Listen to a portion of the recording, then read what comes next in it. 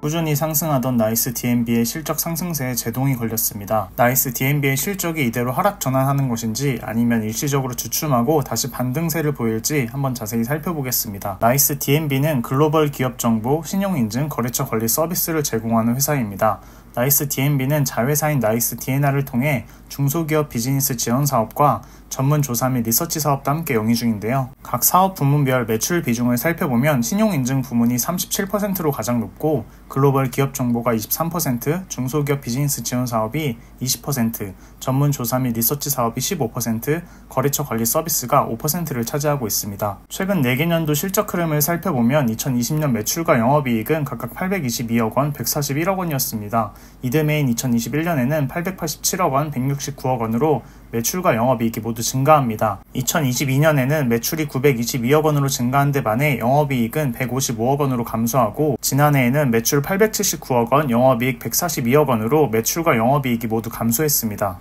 어디에서 매출이 감소한 것인지 알아보기 위해 나이스 D&B와 자회사의 매출 흐름을 살펴보겠습니다. 먼저 나이스 D&B가 직접 영위 중인 글로벌 기업 정보와 신용인증, 거래처 관리 서비스의 총 매출은 21년 647억 원이었고요. 당시 자회사의 매출은 240억 원이었습니다. 2022년에는 나이스 D&B의 매출이 632억 원으로 감소했고 자회사의 매출은 289억 원으로 상승 추세를 이어갔습니다. 지난해에는 나이스 D&B의 매출이 577억 원으로 또다시 감소한 데 반해 자회사의 매출은 302억 원으로 증가했습니다. 회사별로 나눠서 보니 나이스 D&B가 직접 영위 중인 사업이 22년부터 감소하면서 전체 매출 성장세에 제동을 건 것을 확인할 수 있습니다. 그렇다면 여기서 한 번 더 깊게 들어가 보겠습니다. 앞서 나이스 D&B가 직접 영위 중인 사업은 글로벌 기업 정보와 신용인증, 거래처 관리 서비스라고 말씀드렸는데요. 이 3개 사업의 매출 흐름을 다시 살펴보겠습니다. 2021년 기준 글로벌 기업 정보 서비스의 매출은 190억 원이었는데요. 이듬해인 2022년에는 212억 원으로 증가했다가 지난해 다시금 198억 원으로 감소합니다.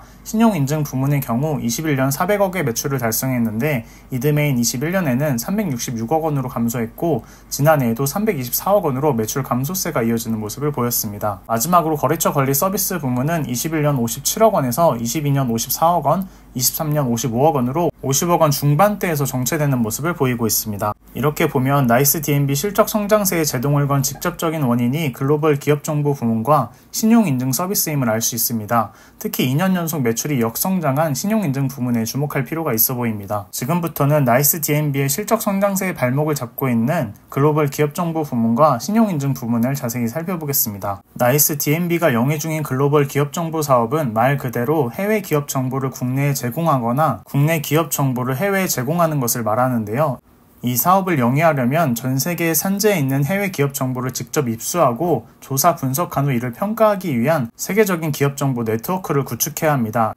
나이스 D&B는 전 세계에 약 400억 개 이상의 기업 데이터베이스를 보유하고 세계적인 네트워크를 형성한 글로벌 기업 정보 회사인 던 브래드스트리트 코퍼레이션의 자회사인 던 브래드스트리트 인터내셔널로부터 국내 영업권을 양수받아 현재 해당 사업을 영위하고 있습니다. 이 기업정보 부문은 경기가 악화되어 부실채권이 발생하거나 거래 위험이 증가될 때 금융기관과 일반 기업이 리스크를 축소하기 위해 정보 수집에 적극적으로 나서면서 수요가 증가하는 모습을 보입니다. 반면 금리 인상 시기나 거시경제 상황이 악화되면서 정부와 공공기관, 대기업 등에서 정보 수요가 감소할 때 또는 무역 규모가 줄어들 때 기업 정보 시장이 위축되는 모습을 보입니다. 전 세계 국가들은 미국 기준금리에 많은 영향을 받는데요. 현재는 미국 기준금리 인하에 대한 이야기가 나오고 있지만 아직까지도 높은 수준을 유지하고 있는 미국의 물가지표를 볼 때 하반기에는 모르겠지만 지금 당장 금리를 인하하기에는 어렵다고 봅니다. 또 그간 미국이 기준금리를 꾸준히 높여오면서 기업들의 투자 심리가 위축되었고 여기에 불안정한 거시경제 상황까지 더해지면서 기업 정보 수요가 감소한 것이 나이스 D&B의 글로벌 기업 정보 사업 매출 감소로 이어진 것은 아닌가 추정됩니다. 두 번째로 매출 하락 요인으로 지목된 신용인증 서비스는 크게 기업 신용평가와 기술 신용평가, ESG 평가로 분류되는데요. 먼저 기업 신용평가는 말 그대로 기업들에 대해 조사하고 신용도를 평가하는 것을 말합니다. 나이스 D&B는 기업 신용평가 시장에서 대기업과 거래를 하고 싶어하는 중소기업이나 조달청 입찰에 참가하고자 하는 기업들의 평가 보고서를 제공하면서 수익을 창출하고 있습니다.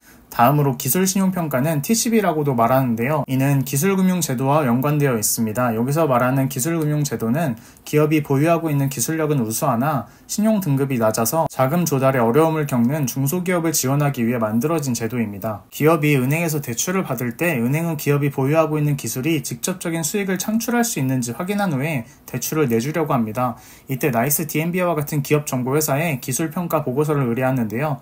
나이스 DNB는 여신 책정 참고 목적의 여신용 기술평가 보고서를 은행으로부터 의뢰받고 이를 작성해 제출하면서 수익을 창출하고 있습니다. 이 밖에도 벤처캐피탈이나 자산운용사가 투자를 검토하기 위한 투자용 기술평가 보고서도 작성하여 제공하고 있습니다. 마지막으로 ESG 평가는 대기업이 협력사에 대한 ESG 현황을 파악하기 위해 나이스 DNB에 ESG 평가 보고서를 의뢰하는데요. 이때 나이스 DNB가 관련 보고서를 작성 및 제출하면서 수익을 창출하고 있습니다. 종합하면 자회사들의 매출은 꾸준히 우상향하고 있고 나이스 DNB가 직접 영위 중인 사업, 특히 그 중에서도 글로벌 기업 정보와 신용인증 서비스 부문이 부진하면서 매출이 하락 전환했다는 것을 알 수 있습니다. 그렇다면 앞으로도 이러한 하락세가 이어질까요? 이에 대한 답은 신용인증 사업에 따라 크게 좌우될 것 같은데요.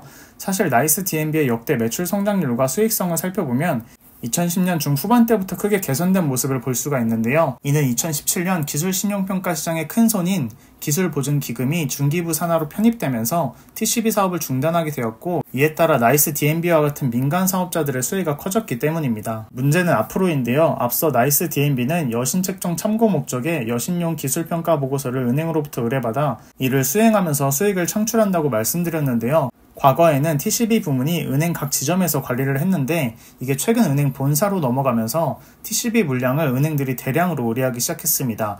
문제는 은행 본사에서 TCB 물량을 대량으로 의뢰하다 보니까 TCB 사업을 영위하는 민간 사업자들이 이 물량을 서로 따내려고 경쟁을 하다 보니 TCB 보고서 단가가 낮아졌다는 것입니다. 그래서 TCB 부문의 수익성이 점차 악화되는 모습을 보이고 있고 이게 나이스 DNB의 신용인증 부문의 매출 감소로 이어지고 있습니다. 더 심각한 것은 기술신용대출 잔액과 건수 자체가 크게 줄어들고 있다는 것입니다.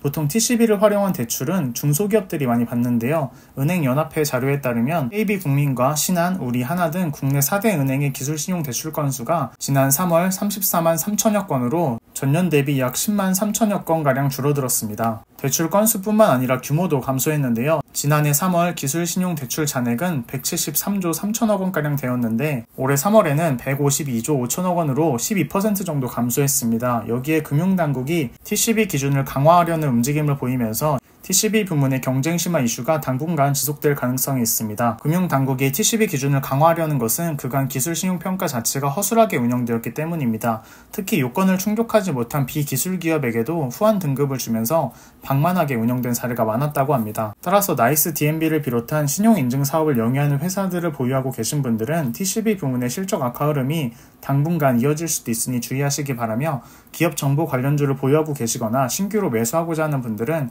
TCB 경쟁 심화 이슈와 기업 정보 사업의 수익성을 모니터링 하시면서 매매 여부를 결정하시는 게 좋을 것 같습니다. 오늘 영상은 여기까지입니다. 본 영상이 도움이 되었다면 좋아요와 구독 버튼을 눌러주시기 바랍니다.